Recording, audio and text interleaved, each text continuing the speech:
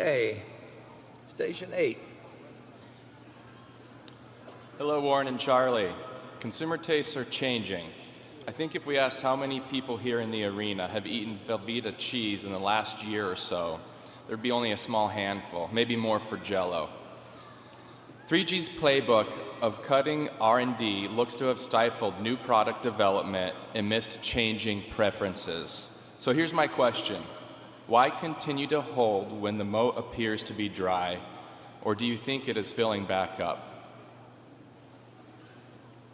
Well, I don't think the problem was that they cut research or something.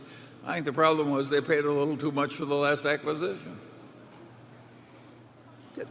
Yeah, Jell-O, I can't give you the exact figure. There's certain brands that may be declining 2% a year, 3% a year in unit sales, and there's others that are growing 1 or 2%.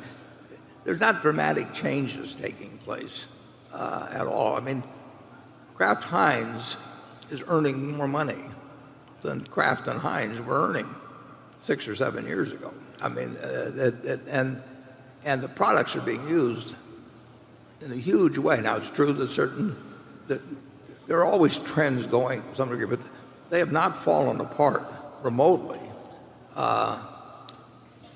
And they have widened the margin somewhat, but it is tougher in terms of the margin and the price negotiations probably to go through to the actual consumer.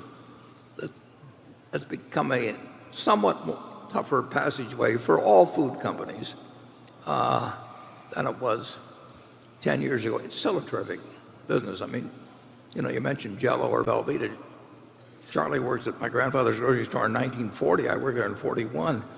And if they were buying those products then, they buy the products now. The margins are still very good. They earn terrific returns on invested capital. But we paid too much in the case of Kraft. You can pay too much for a growing brand. I mean, you can pay way too much for a growing brand. Probably be easier to be sucked into that.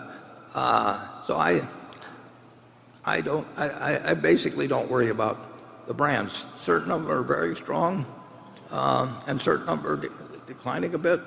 But that was the case 10 years ago. It'll be the case 10 years from now. But there's nothing dramatic happening in that.